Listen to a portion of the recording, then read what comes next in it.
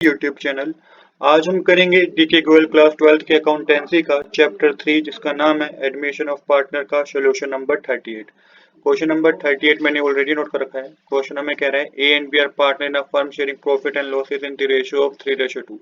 C is admitted for 1/5 share of profit of the firm which he acquired equally from A and B. Goodwill of the firm is valued at rupees 1 lakh. However, C is unable to bring his share of goodwill in cash past necessary journal entries. यहाँ पे दो condition given है। No goodwill account is to be raised. Second condition है goodwill account is to be raised and written off immediately. देखिए question में बता रखा है कि ए बी दो पार्टनर है, इनकी ओल्ड रेशियो बता रखी है 3:2 है। सी को एडमिट किया गया है पार्टनरशिप में 1/5 शेयर के साथ जो कि उसने इक्वली एक्वायर करे हैं ए और बी से। गुडविल बता रखी है फर्म की 1 लाख रुपीज है। यहाँ पे ये बता दिया कि सी जो है ना अनेबल है प्रीमियम ऑफ गुडविल लाने के लिए, वो कोई प्रीमियम ऑफ गुडविल नहीं लाया है फर्म में। आपको नेसेसरी जनरल एंट्री पास करनी है। फर्स्ट केस में गुडविल अकाउंट को रेस, कोई गुडविल अकाउंट रेस नहीं करना है। दूसरे केस में गुडविल अकाउंट को रेस करना है और उसको फिर रिटर्न ऑफ भी करना है। देखिए जो फर्स्ट केस है ना जिसमें गुडविल अकाउंट रेस नहीं करना है, इसके लिए सिर्फ आपको सैक्रिफाइसिंग रेशियो पता होना चाहिए। और जो सेकंड केस है जिसमें गुडविल अकाउंट रेस करना है फिर उसको रिटर्न ऑफ भी करना है, इसके लिए आपको न्यू प्रॉफिट शेयरिंग रेशियो पता होनी चाहिए। तो सबसे पहले यही कैलकुलेट करेंगे। जब ये कैलकुलेट कर लेंगे तो पहली फर्स्ट केस में खाली एक ही जनरल एंट्री होगी, सेकंड केस में दो जनरल एंट्री होगी। किस तरीके से करेंगे इस क्वेश्चन को आइए समझते हैं। तो सबसे पहले सी का शेयर कितना है गुडविल का ये पता होना चाहिए, क्योंकि ये लाया तो नहीं है बट हमें ये तो पता होना चाहिए ना कि इसका गुडविल का शेयर था कितना जो इसको लाना चाहिए था। तो 1 लाख की तो फर्म की गुडविल है, 1 लाख फर्म की गुडविल है और सी का शेयर 1/5 है। तो 1 लाख मल्टीप्लाई 1/5 करेंगे तो 20,000 का शेयर ऑफ गुडविल इसको लाना चाहिए था जो कि ये लेके नहीं आया। अब क्या करना है आपको, अब आपको सैक्रिफाइसिंग रेशियो पता करनी है। तो सैक्रिफाइसिंग रेशियो भी पता बता रखी है आपको क्वेश्चन में। जैसा कि बता रखा है कि सी ने एडमिट किया है, सी को एडमिट किया है 1/5 शेयर के साथ जो कि उसने एक्वायर करे इक्वली ए और बी से। तो इसका मतलब सैक्रिफाइसिंग रेशियो 1:1 होगी। अब हमें सैक्रिफाइसिंग रेशियो भी पता है। अब आपको न्यू प्रॉफिट शेयरिंग रेशियो पता करनी है। न्यू प्रॉफिट शेयरिंग रेशियो कैसे पता करेंगे, सबसे पहले ये पता होना चाहिए आपको कि ओल्ड रेशियो क्या है। ओल्ड रेशियो क्वेश्चन में गिवन है 3/2 है। सी का शेयर बता रखा है 1/5 है। अब हमें पता है कि ये सी ने जो एक्वायर करा है वो इक्वली एक्वायर करा है।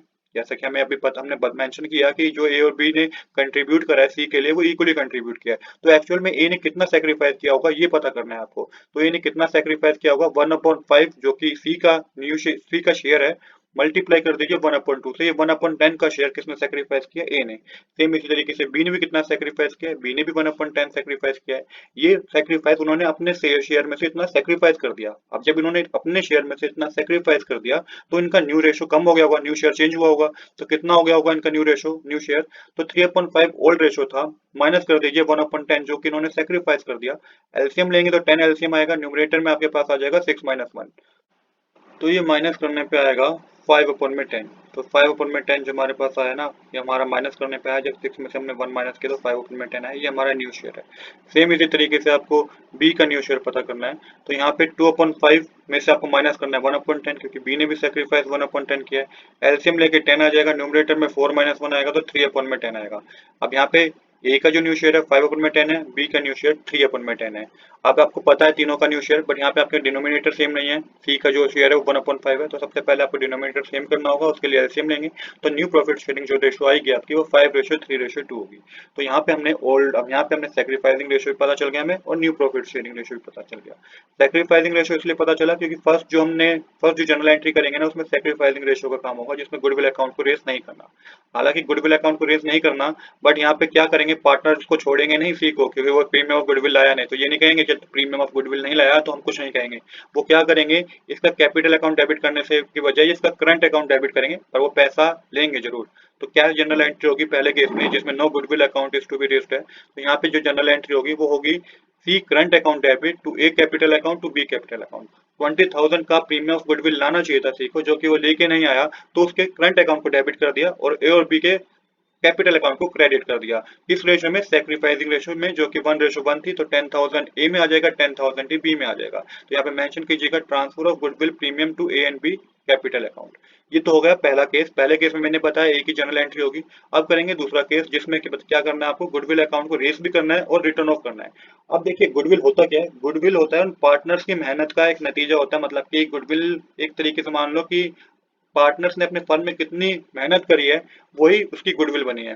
तो गुडविल एक तरीके से पार्टनर्स के लिए एसेट होते हैं। तो यहाँ पे सबसे पहले जो जनरल एंट्री करनी है, आपको गुडविल अकाउंट को रेज करना है, तो यहाँ पे गुडविल अकाउंट को डेबिट करना होगा और to A's capital account to B capital account mention करना होगा।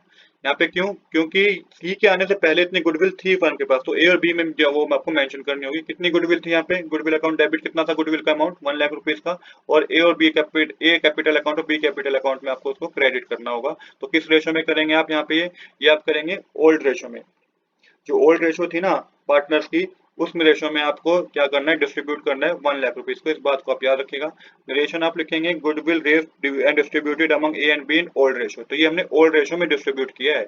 इसके बाद अब क्या करना है, रिटर्न ऑफ करना है। अब सेकंड एंट्री क्या करनी है आपको, अभी तो आपने गुडविल के अमाउंट को डिस्ट्रीब्यूट किया ए और बी में ओल्ड रेशो में, अब ये आपको राइट ऑफ करना है। तो राइट ऑफ जब करना है तो आपको क्या करना होगा, A capital account debit, B capital account debit, but यहाँ पे सी करंट अकाउंट को डेबिट करना होगा आपको, और टू मेंशन करना होगा टू गुडविल अकाउंट। अमाउंट के कॉलम में जो आपको मेंशन करना है वो 1 लाख रुपीज को डिस्ट्रीब्यूट करना है न्यू प्रॉफिट शेयरिंग रेशो में, जो कि ए के कैपिटल अकाउंट में 50,000, बी के कैपिटल अकाउंट में 30,000 और सी के करंट अकाउंट में 20,000 आएगा। यहाँ पे आपको मेंशन करना है narration goodwill return of in new ratio.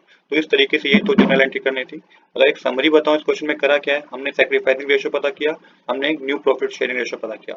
Sacrificing ratio इसलिए पता करा, जो पहला केस था ना हमारा no goodwill account to be raised, यहाँ पे हमें सैक्रिफाइसिंग रेशियो का यूज करना था। ओल्ड रेशियो में आपको क्या करना है, जो सेकंड केस में पहली एंट्री होगी उसमें गुडविल के अकाउंट को आपको ओल्ड पार्टनर में ओल्ड रेशियो में डिस्ट्रीब्यूट करना है, और जो लास्ट एंट्री है सेकंड केस में जो दूसरी एंट्री होगी उसमें आपको न्यू प्रॉफिट शेयरिंग में आपको क्या करना है, गुडविल के अमाउंट को रिटर्न ऑफ करना है। तो यही हमें इस क्वेश्चन में करना था। आज के लिए इतना ही। I hope you like this video. If you like this video please do subscribe this channel. Thanks for watching.